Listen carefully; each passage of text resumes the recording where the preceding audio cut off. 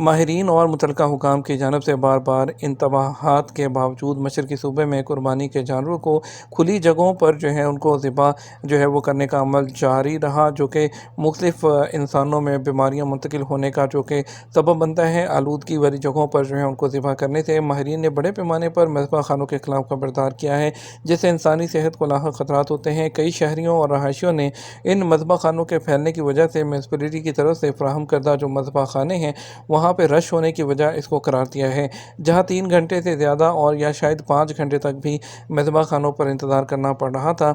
اسی وجہ سے لوگ وہاں پر اس کو ذبح کر رہے تھے۔ شہریوں نے کہا اور مطالبہ کیا کہ محلوں میں جو پھیلے ہوئے یہ جو ایسے اوپن مذبح خانے ہیں ان کو ان کو کنٹرول کیا جائے۔ دوسری طرف کھانا پکاتے اور گرل کرتے وقت گوشت کو صحیح طریقے سے تیار کرنے کے لیے 8 قیمتی تجاویز۔ وزارت صحت نے گوشت کو محفوظ اور صحت مند طریقے سے تیار کرنے کے لیے 8 قیمتی ٹپس فراہم کی ہیں اور اس پر عمل کرنے پر زور دیا ہے، اور جن چیزوں سے اجتناب کرنے کا ہے وہ بھی بتا دیا گیا ہے۔ وزارت نے اپنے لیو ہیلتھی آگاہی پلیٹ فارم اکاؤنٹ کے ذریعے وضاحت کی ہے کہ کھانا پکاتے وقت گوشت کو پہلے گوشت کو یوز کرنے سے پہلے اپنے ہاتھوں کو اچھی طرح دھوئیں اور 2 کٹنگ بورڈ استعمال کریں، ایک کچے گوشت کے لیے اور دوسرا سبزیوں کے لیے۔ انہوں نے مزید کہا کھانا پکاتے وقت آپ اس بات کو یقینی بنائیں کہ گوشت وہ مناسب درجہ حرارت پر پکا ہو، اور ان کا کہنا تھا کہ پکا ہوا گوشت 2 گھنٹے سے زیادہ فریج سے باہر نہ چھوڑیں۔ گرل کرنے کے بارے میں وزارت صحت نے کہا کہ گوشت کو بعد میں گرل کرنے سے پہلے پکانے سے گریز کرنے کی اہمیت پر بھی زور دیا۔ انہوں نے اس بات کو یقینی بنایا جائے کہ گوشت گرل کرنے سے پہلے برف مکمل طور پر پگھل چکی ہو، اور گوشت کو ڈائریکٹ کوئلے پر رکھنے سے گریز کریں اور وہ گوشت کو گرل کرتے وقت مسلسل ہلاتے رہیں۔ انہوں نے متنبہ کیا کہ گوشت کو باہر سے چار کرنے کا مطلب یہ نہیں کہ اسے پکایا گیا ہے۔ مدینہ منورہ کے الانعام بازاروں میں عید کے پہلے دن خریداری کی سرگرمیاں بہت زیادہ ہیں۔ مدینہ کے علاقے میں مویشیوں کی منڈیوں اور مذبح خانوں میں رہائشیوں اور زائرین کی طرف سے قربانی کے جانور خریدنے اور ذبح کرنے کے لیے بڑھتی ہوئی مانگ دیکھی گئی، اور ان میں سے کچھ جو مناظر ہیں وہ شیئر کیے گئے ہیں، اور انہوں نے کہا کہ یہاں پر بہت سے لوگ آئے ہوئے تھے جنہوں نے یہاں کے جو منڈیاں ہیں اس سے وہ لطف اندوز ہوئے، جنہوں نے جانوروں کی خریداری بھی کی ہے اور اپنا جو وقت ہے اپنا عید کا اچھے طریقے سے گزارا ہے۔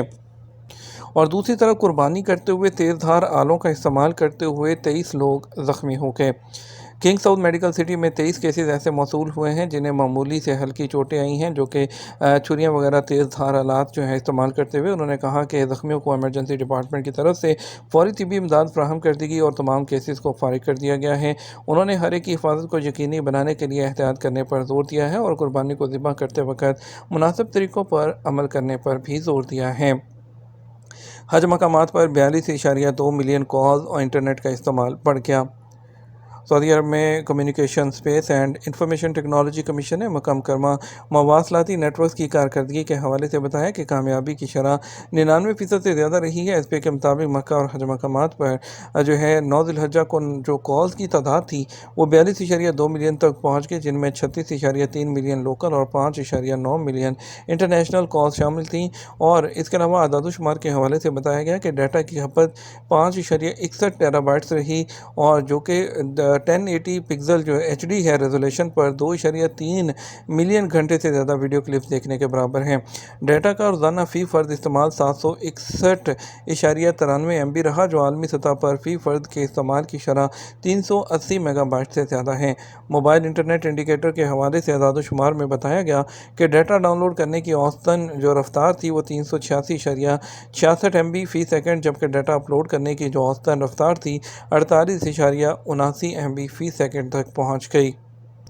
جب حاجیوں سے 12 ریال کرایہ وصول کیا جاتا تھا۔ ماضی میں عازمین حج کے آمد و رفت کے لیے استعمال ہونے والے ٹرک آج میوزیم کی زینت بن چکے ہیں۔ 40 اور 50 کی دہائی میں ٹرک کی فرنٹ سیٹ پر بیٹھنے والے عازم حج سے 12 ریال وصول کرایہ کیا جاتا تھا۔ سعودی ٹی وی الاخباریہ کے مطابق 50 کی دہائی میں 2 منزلہ فورڈ ٹرک عازمین کو مکہ مکرمہ اور مشعر مقدسہ لے جانے کے لیے استعمال کیے جاتے تھے۔ عازمین کو لے جانے کے لیے استعمال ہونے والے ٹرک کے عقبی جانب 2 حصے بنائے جاتے تھے، جسے فارمیکا لکڑی سے ڈیزائن کیا جاتا تھا تاکہ باہر سے دلکش دکھائی دیں۔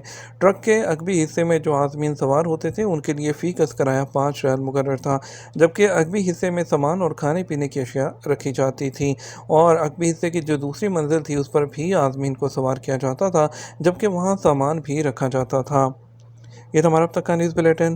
آپ مزید اور اہم خبروں کے لیے ہمارا شام 6 بجے کا نیوز بلیٹن دیکھ سکتے ہیں۔ اس کے ساتھ ہم آپ سے اجازت چاہیں گے، ویڈیو کو لائک اور شیئر کیجیے گا۔ آپ کے قیمتی وقت کا شکریہ۔ اپنا خیال رکھیے گا۔ السلام علیکم۔